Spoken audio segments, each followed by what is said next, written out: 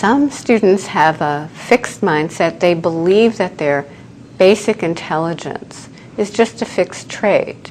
You have a certain amount and that's that. It makes them very concerned with how much they have.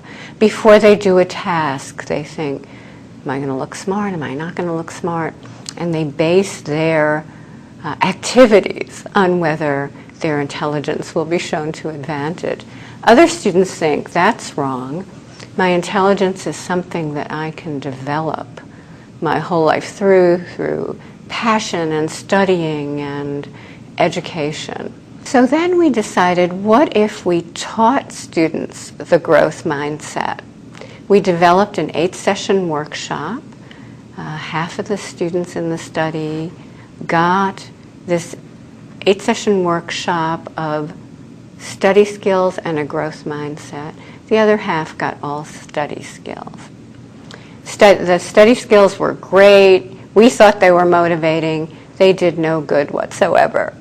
Wow. To the students, because they didn't have the motivation to put them into practice. For those students, their grades continued to decline. But for the students who got the growth mindset lesson, which is your brain is like a muscle, it gets stronger with use.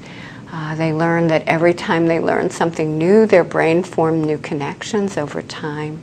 They could increase their intellectual skills. They were told, nobody laughs at babies and says how dumb they are. They just haven't learned yet. Well, they read an article about this, and there was lots of discussion, heated, animated discussion, and they were taught how to apply this to their schoolwork. At the end of the semester, they showed a significant rebound in their grades. And the teachers could pick out which students were in the growth mindset. Even though they didn't know. They didn't know there were even 2 workshops. Ross Bentley, kind of a world-renowned racing car coach, read my book and contacted me. He saw the connection between a growth mindset and optimal performance. These top races many of them last for hours. And in the course of the event, mistakes are inevitable. The difference between a winning driver and a losing driver is what you do with those mistakes. Over the course of our conversations, we developed some collaborative work to see whether, in fact, racing drivers who have a growth mindset are able to enter the zone and stay in the zone even after they've made mistakes.